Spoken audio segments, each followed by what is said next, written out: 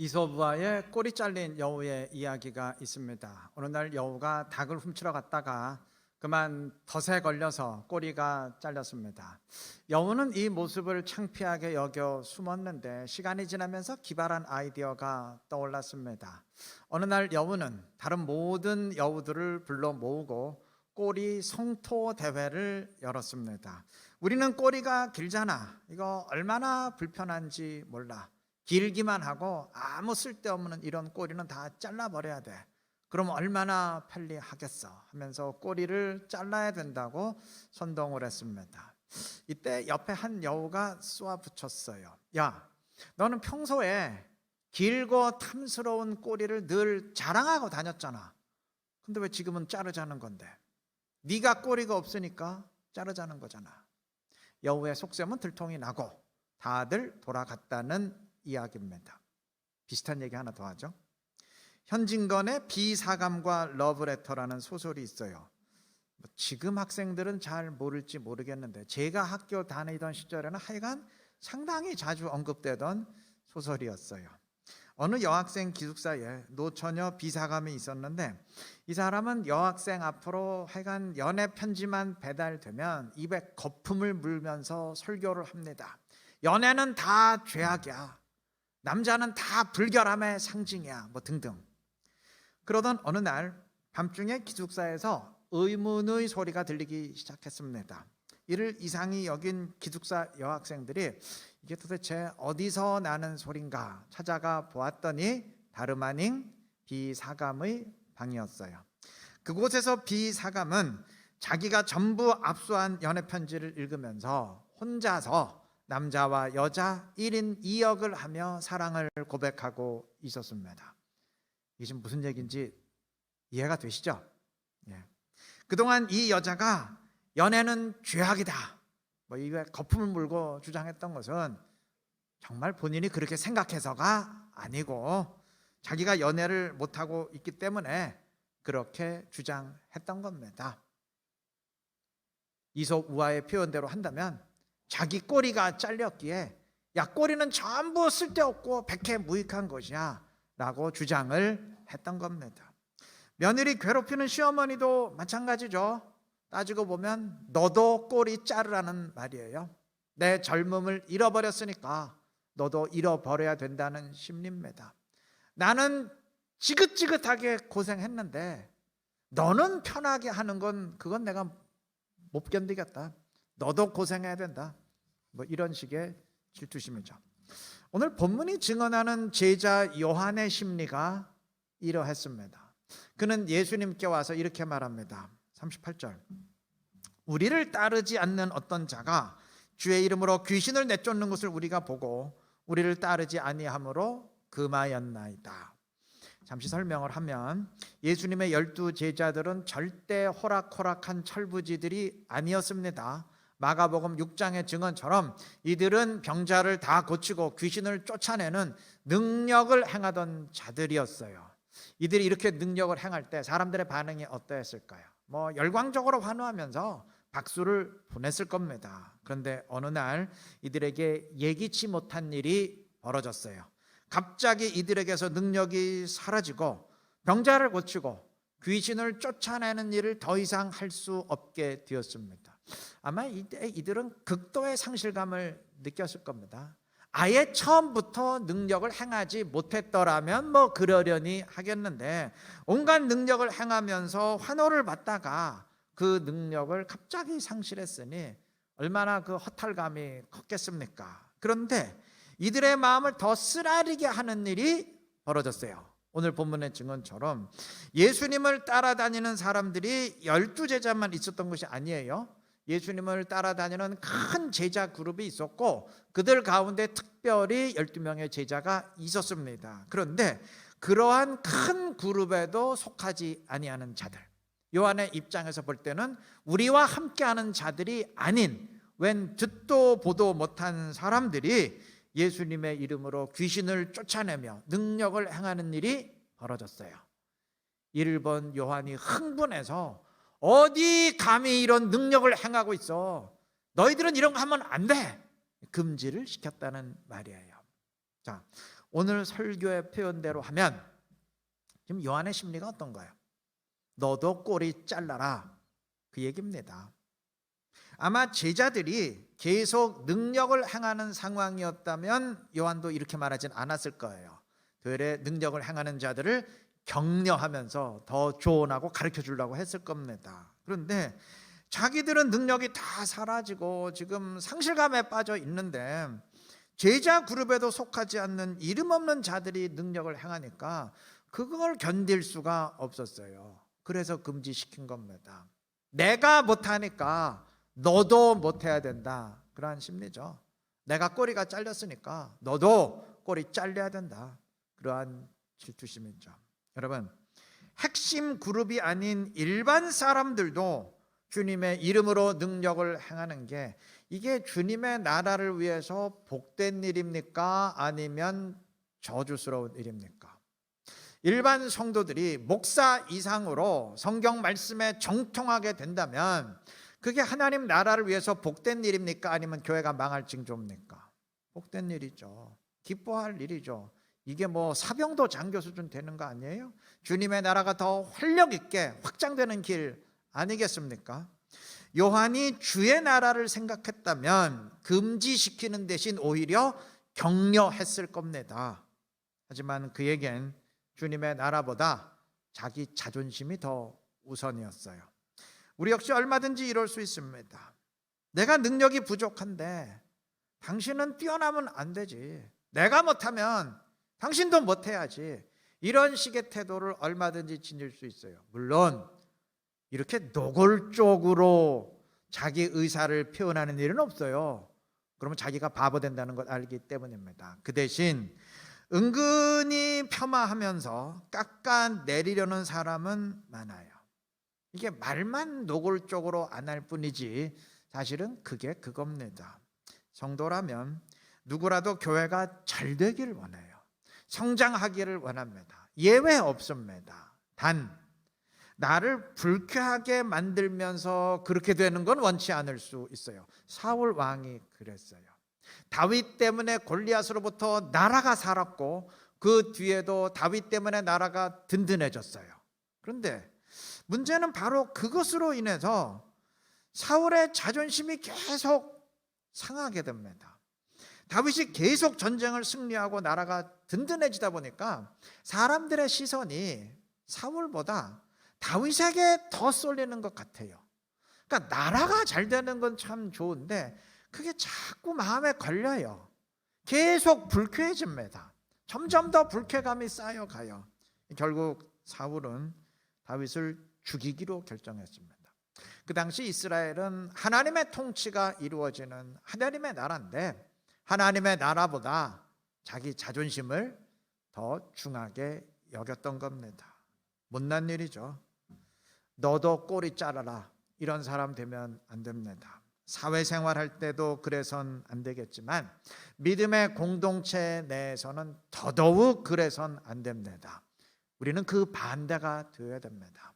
야, 내가 덫에 걸려서 꼬리가 잘렸으니까 당신은 절대 덫에 걸리지 않도록 조심해야 돼, 염려해 주는 사람 되어야 돼요. 나는 망할지언정 주님은 흥하셔야 된다는 세례 요한과 같은 사람 되어야 할 것입니다. 마음의 평수를 점점 넓혀가시기를 바랍니다.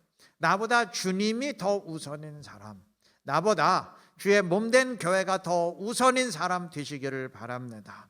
그래서 먼저 그의 나라와 그의 의를 구하면서 내 뜻이 아닌 주님의 뜻을 이루어갈 수 있는 지혜롭고 신실한 우리 모두가 되시기를 바랍니다.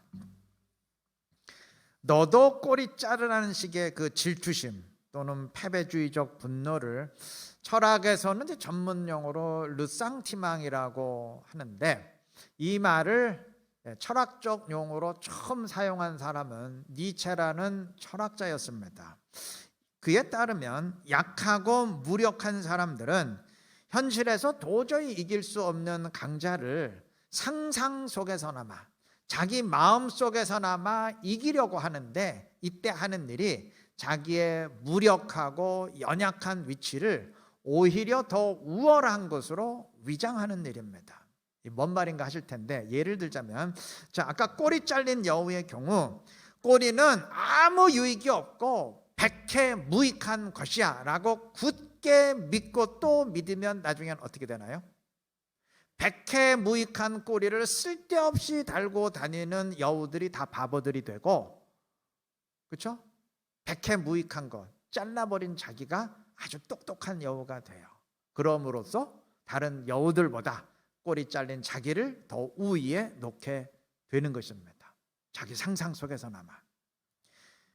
니체는 목사의 아들이었어요. 이 사람의 할아버지도 목사였습니다.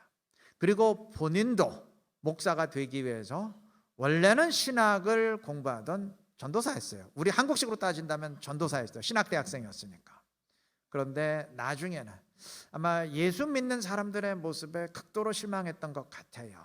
나중엔 기독교 신앙에 상당히 적대적이 되어서 급기야 하나님은 죽었다, 신은 없다 주장하기에 이르렀어요.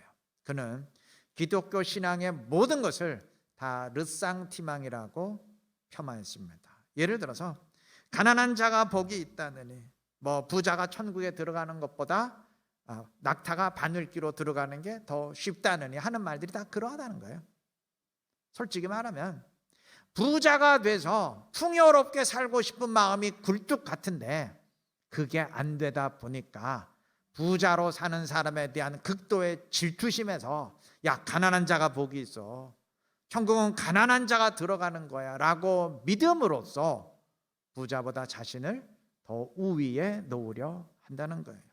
원수를 사랑하는 말도 마찬가지여서 실제로는 그 악한 세력에 대항해서 싸우고 싶은데 그럴 힘도 없고 용기도 없다 보니까 그 대신 원수를 사랑하라고 하셨잖아 라고 주장하고 믿음으로써 자신을 악에 대항하지 못하는 비겁한 사람이 아니고 그러한 악한 자들까지도, 원수까지도 사랑하는 사람으로, 고귀한 사람으로 높인다는 겁니다. 니체가 볼 땐 천국에 대한 소망도 르상티망에 불과했어요. 현실을 떵떵거리며 행복하게 살고 싶은 마음은 굴뚝 같은데 그렇지 못하다 보니, 야, 이 땅은 잠깐일 뿐이고 영원한 하늘나라가 진짜야 라는 식으로 현실 세계를 부정하고 내세에 초점을 맞추고 있다는 말입니다. 어떻게 생각하시나요? 물론 신앙 원리에 대한, 기독교 신앙에 대한 그의 해석은 틀렸어요. 그런데 신앙에 대한 그의 해석은 틀렸지만 기독교인들의 모습에 대한 그의 해석은 이거 상당 부분 맞을 수도 있겠다, 그런 생각이 들었습니다. 제가 목사니까 목회자 예를 들어볼게요.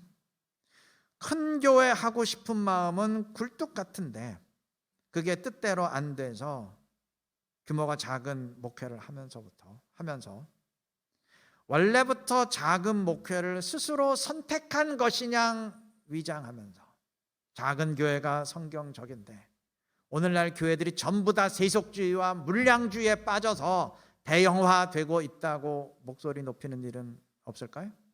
그럼으로써 큰 목회하는 사람보다 작은 목회하는 사람을, 자신을 더 성경적인 목회자로 우위에 놓는 일은 없을까요?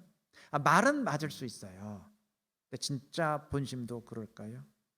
유명해지고 싶은 마음은 간절한데 별로 알아주는 사람도 없고 또 알려질 만한 일도 없다 보니까 태도를 바꿔서 원래부터 세례 요한처럼 현실의 명예를 초월하는 삶을 살았던 것처럼, 그러한 삶을 지향했던 것처럼 포장하는 일은 없을까요?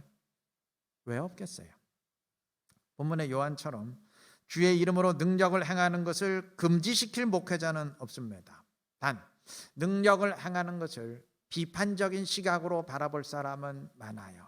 이 경우 은사운동의 방향이 잘못되어서 무리를 빚는 일이 종종 있기 때문에 이를 염려하면서 건강한 방식으로 행해져야 한다고 지적하는 것이라면 그거는 참 정당한 지적이고 주님의 나라를 올바로 세우기 위해서 꼭 필요한 지적입니다. 그런데 그게 아니고 능력 받은 사람들에 대한 그 질투심에서 능력의 사역은 초보적이고 일시적이야. 야, 기적 체험하다 보면 교회 병들어. 너 잘못된 게 못 봤어? 기적 때문에 믿는 게 아니고 말씀으로 인해 믿는 게 진짜잖아. 자꾸 비판함으로써 능력을 행하는 자들을 깎아내리고 자신을 더 우위에 놓으려 한다면 그건 르상티망해. 만약 자신에게 그러한 능력이 있다면 절대 그런 식의 태도는 취하지 않았을 겁니다. 교인들이라고 다를까요? 야, 기도만 하면 뭐하냐? 삶이 있어야지 라고 비판하는데 말은 맞거든요. 그런데 따지고 보면 본인이 기도 생활을 소홀히 하고 있기 때문에 그렇게 비판하는 일은 없을까요? 으스대고 뻐기고 싶은 마음은 충만한데 으스댈 것이 없다 보니까 자세를 낮추고 섬김 코스프레를 하면서 요즘 믿는 사람들이 주님처럼 낮아지지 못하고 서로 자기 주장하고 있기 때문에 문제야 라고 목소리 높이는 일은 없을까요? 헌금이 액수가 중요해? 마음이 중요하지 라고 비판하는데 말은 맞거든요. 근데 사실은 본인이 헌금하고 싶은 마음이 없어서 그런 태도를 취하는 일은 없을까요? 성경 지식만 있으면 머리만 커진 성도가 돼 입에 거품을 무는데 사실은 본인이 말씀을 제대로 모르고 가르칠 능력이 안 되기에 그런 식으로 비판하는 일은 없을까요? 왜 없겠어요? 말은 다 맞을 수 있거든요. 그런데 말과 속마음이 전혀 다른 자기 기만일 뿐입니다. 거짓말도 자꾸 하다 보면 진짜라고 믿게 되듯이 자기 합리화나 자기 기만도 계속하다 보면 그거 진짜라고 믿게 됩니다. 스스로 속게 된다는 말이죠. 아름답지 못합니다. 못난 일이죠. 내게 어쩔 수 없는 부족함이 있다 할지라도 내게 주어진 달란트 자체가 좀 적다 할지라도 그래도 감사하며 당당히 살아갈 때 거기 은혜가 임하는 법이지 바람직하지 못한 가치 판단으로 이를 해소하려 하는데 어떻게 은혜가 임하겠어요? 스스로 속이며 위선적으로 비판하면서 우월감을 느낀다고 한들 그 자기 상상 속에서만 그런 것이지 실제로 뭐 바뀌는 거 있나요? 그렇게 비판한다고 해서 뭐 달라지는 거 있습니까? 현실에서 똑같지요. 그저 자기 영혼만 더 메말라 가고 피폐해질 뿐입니다. 영적으로 부족한 부분이 있다면 겸허히 인정하고 극복하려고 할 때 성장이 있는 법이지 위선적 비판으로 이를 해소하려고 한들 무슨 발전이 있겠습니까? 말씀을 내세우는 비판이라도 정확하게 말 자체가 맞는 말이라 할지라도 숭고한 문제의식에 의한 지적일 때 의미를 지니는 것이지 자신의 부족함을 덮고 감추려는 위선이라면 그건 아무 의미 없어요. 비굴한 자기 기만일 따름입니다. 부족할 수 있거든요. 그러나 비굴해서는 안 됩니다. 연약할 수 있거든요. 그러나 못나서는 안 됩니다. 당당하고 떳떳해야 됩니다. 인정할 것 인정하고 바꿀 것 바꾸고 달려가야 될 길 달려가야 됩니다. 그래야 은혜가 있고 변화가 있고 소망이 있는 것입니다. 진솔한 사람, 겉과 속이 다르지 않는 사람, 당당한 사람 되시기를 바랍니다. 그래서 주님이 베푸시는 은혜 가운데 영적인 변화와 성장을 부단히 이루어갈 수 있는 지혜롭고 신실한 우리 모두가 되시기를 바랍니다. 요한이 예수님에게 우리와 함께하지 않은 자들이 능력을 행하게 금지시켰습니다 라고 말할 때 요한은 우리와 함께하는 자, 즉 특별한 제자 그룹과 그 외에 다른 믿는 사람들을 구분했어요. 예수 믿는 사람이라고 해서 다 같은 게 아니라는 말이죠. 믿는 사람 가운데도 특별한 그룹의 사람이 있고 일반 성도들이 있어서 특별한 사람들은 일반 성도에게 하라, 하지 마라 명령할 수 있다는 의미죠. 예수님은 답변하셨어요.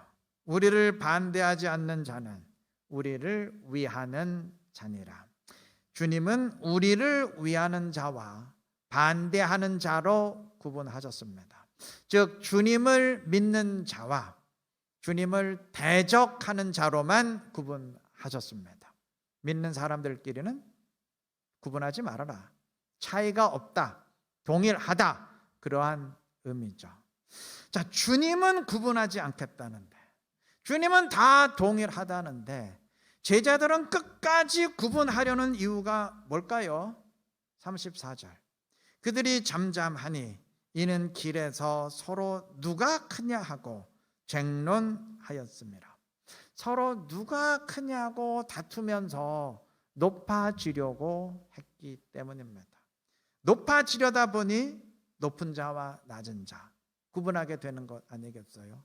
인정받으려다 보니까 야, 믿는다고 다 똑같은 사람이 아니지, 교인이라고 다 똑같은 게 아니지, 출석한 횟수가 있고 직분이 다른데 엄연히 다른 거지, 자꾸 구분하게 되는 겁니다. 주님이 단도직입적으로 말씀하셨습니다. 35절.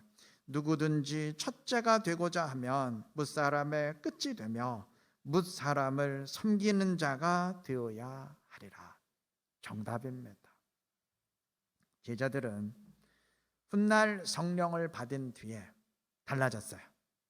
정말 주님의 말씀처럼 되었습니다. 서로 높아지려 다투던 자들이 모두 낮아지고 섬기는 자들이 되었습니다. 우리도 그러해야 된다는 성경의 메시지예요.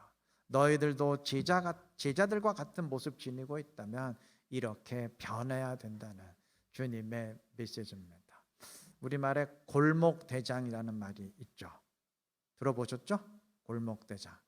골목에도 대장이 있다는 말이죠. 그 조그만한 골목에서도 대장하려는 게 사람들의 심리입니다. 달라야죠. 교회는 달라야죠. 기둥이 되어야 됩니다. 기둥 같은 성도 되어야 합니다. 기둥은 그냥 세워두는 게 목적이 아니죠. 굳이 그냥 세워두려면 뭐 때문에 기둥 속에 콘크리트 붓고 철근 넣겠습니까? 그럴 필요 없죠. 그러나 그렇게 하는 이유는 기둥의 목적은 그냥 서 있는 게 아니고 건물을 지탱하는 것이기 때문입니다. 기둥처럼 지탱해주는 성도 되어야 됩니다. 그리고 지탱하려면 전제 조건이 있어요. 반드시 밑으로 내려가야 됩니다. 어떤 경우건 밑에서 위를 지탱해 주는 법이지 위에서 아래를 지탱하는 법은 없어요. 여러분, 나무를 지탱하는 그 나무 뿌리가 밑에 있는 법이지 나무 꼭대기에 있는 거 봤어요? 건물을 지탱하는 토대가 건물 맨 밑에 있는 법이지 천장 높이에 있는 거 봤습니까? 그럴 수 없어요. 지탱하려면 밑으로 내려가야 됩니다. 우리 내려가십시다. 밑으로, 아래로 내려가시기를 바랍니다. 주님도 가장 아래까지 내려가셨는데 주님을 따른다고 하면서 우리가 반대로 하려 한다면 말이 되는 일이겠습니까? 여러분, 우리가 스스로 높아지려고 하면 주님 낮춰버립니다. 그러나 내가 낮아지고 섬김의 모습 보이면 주님이 높이십니다. 스스로 높아지려고 하는 건 참 꼴불견인데 주님이 높여주시는 건 참 아름다워요. 우리 아름다운 사람 되어야 하지 않겠습니까? 그렇게 하시기를 바랍니다. 주님을 본받아서 낮아지고 섬기는 사람 되시기를 바랍니다. 그래서 주님을 점점 더 닮아가면서 주님의 모습을 드러내고 주님의 향기를 발할 수 있는 지혜롭고 복된 우리 이루는 게 모든 성도님들 되시길 그리스도의 이름으로 축원합니다.